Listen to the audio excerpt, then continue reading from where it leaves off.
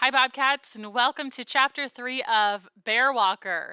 My name is Mrs. Hertz. I'm a third grade teacher here at Woodland, and this chapter is called First Sight. Yo, Mr. Wilbur, are those real? Check it out. Look at that! 33 other Pioneer Junior High 8th graders stare out the windows as our bus slows down. We're creeping over a wooden bridge that spawns a swampy forest meadow and deepens into a pond created by a long beaver dam. The dam is about 50 yards back from the road, and it's a miracle of animal engineering. It has to be 100 yards long. But that intricately fashioned wall of mud and peeled sticks is not what's attracting my eyes or those of the other kids. Some of them are holding up their cell phones to take pictures of the center of all of our attentions. It's our first sight of creatures we've been told about but have never seen before. There she goes again! The cow moose, that is 3 times as big as any white-tailed deer, lowers her head once more into the pond. She raises her head and water streams off her. A braid of water weeds hangs like a beard from her jaw as she chews the plants that she's foraged from the bottom. She seems oblivious to the presence and noise of our passing. Behind her, in the shallow water, her 2 calves stare over their shoulders at our bus. For a moment, I feel as if it can't get better than this. We haven't even gone a mile yet off the main road, and we've already experienced something I've only imagined or seen in pictures. Those big animals seem like beings out of the past. I feel as if I'm no longer in the 21st century, but in a time where the old stories are alive. Then the sarcastic voices of Asa and Ernie and Harley jolt me back into the present. Man, if only I had a gun. How about an RPG? Yeah, that'd do it. Kaboom! Course, all you'd have left would be the head. They're laughing like hyenas now. They've reduced this moment of awe to an adolescent fantasy of animal slaughter. I hunch into myself. I know that the turtle is my dad's clan and not my own, but at moments like this, I find myself wishing I had a shell. I could just pull my head in and pretend the rest of the world, which can be so mean, doesn't exist. I'm alone in the seat.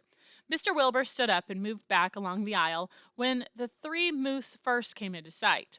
He's telling the kids what he knows about moose, how they've come back into the state after being absent for so many years. It wasn't just that they'd all been killed by hunters. The disappearance of the northern forests eliminated their habitat. But now the woods have been growing back for more than a century.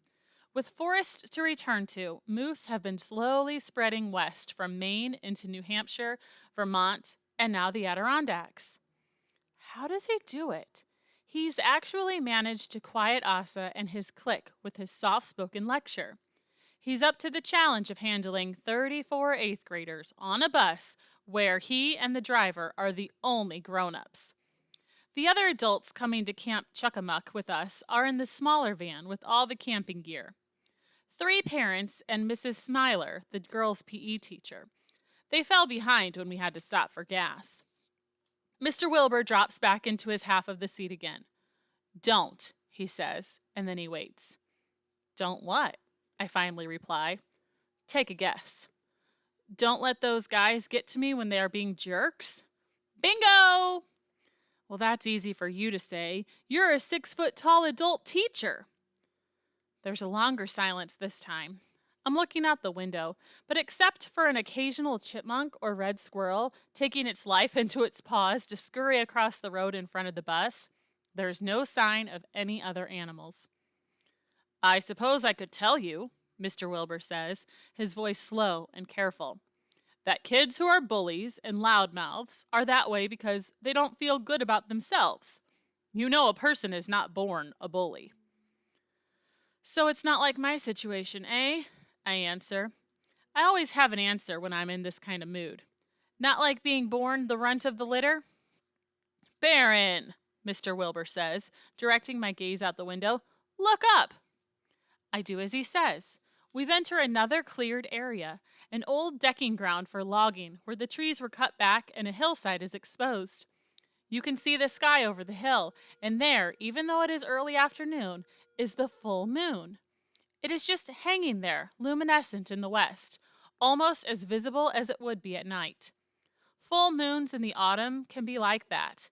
Even though the sun is lower in the southern sky, the moon is still high, reflecting the sun, giving a second chance at the light. Mohawks called the moon grandmother. We say that she watches over us when she is big and full that way. You don't have to be tall to see the moon, Mr. Wilbur says. I don't argue with that. We go around one curve, dive down into a valley, and climb a steep grade. There's a small building, more of a shack than anything else, by the side of the road where some machinery is parked. Small as that building is, it has a huge padlock on its solid door. Keep out and stay away are painted in large red letters, and on the three sides of the shack visible as we bump past.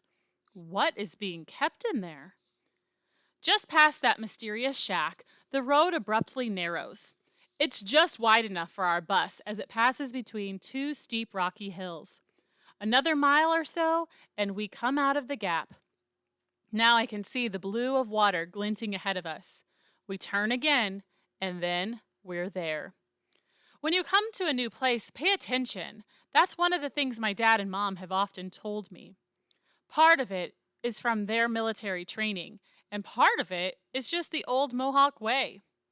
So I look around slowly, taking it all in. First, there's the pond. It's nothing like the pond where we saw the moose. This one is bigger, clearly man-made, with a concrete dam wedged like an open palm between two small hills to hold back the water of the two streams that flow down the mountain into it. It's as neat as a picture postcard. It's been edged with white sand. There's a swimming float in the middle and a dock with a dozen boats tied to it. Then there are the buildings. The first one we pass, which is at the start of the trail that rises quickly up the mountain to our left, is a small frame building with a porch. It looks lived in, and the clothesline out back is a sure sign of that. A couple of small red and black patterned shirts and several pairs of wool socks are hanging from the line. As we continue to follow the road around the pond, I count the rest of the buildings. There are 6, and they're all log cabins, like out of a travel brochure or a corny old movie. Several people are ranged around the biggest one, a square-built, florid-faced blond man. He has one of those "I'm in charge" smiles on his face. 10 to 1, he's the camp director.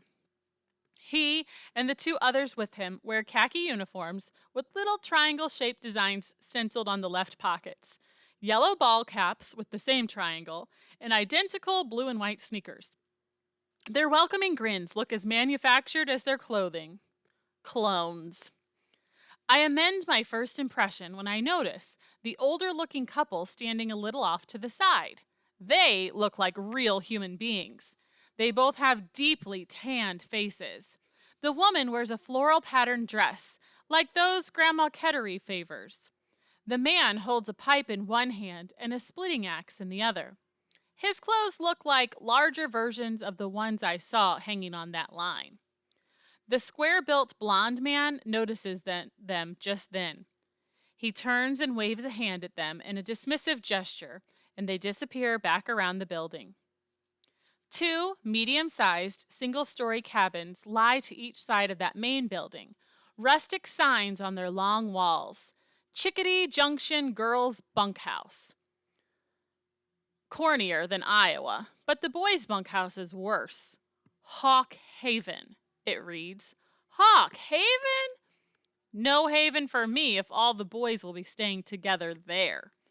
I have no doubt that Asa and his crew of apprentice sadists will be tormenting me with unfunny practical jokes. Rather than a place of refuge, that boys' bunkhouse is where I fully expect that my life will be made into a living barren. I wake up from my vision of inevitable torture. Everyone else has gotten off the bus. I'm the last one sitting inside. Surprisingly, the person who has just stepped back in and spoken my name to return me to the real but no less bitter world is not Mr. Wilbur, but Tara Moody. She touches my arm lightly and smiles. Come on, dreamer, she says, looking down at me with a little smile. You're in my flight. Flights. It's been explained that we'll be broken up into groups called flights. Why? Because Camp Chuckamuck gives wings to the spirits of every child. To which I want to reply, give me a break instead. Or maybe just remind them that I'm a bear, not a bat or a bobolink. However, I am so surprised by Tara's unexpected friendliness that my protective armor of sarcasm falls away. I get up out of my seat, smile at her, she's a good foot taller than me, and I follow her off the bus. But as soon as I set foot on the ground and see the huge man who seems to have appeared out of nowhere, I freeze in my tracks. He's leaning back against the main camp building, the sign Eagle's Nest half obscured by his broad shoulders. A chill runs down my back. Here's the picture that accompanies the end of the chapter. Hope you enjoyed. We'll see you back soon.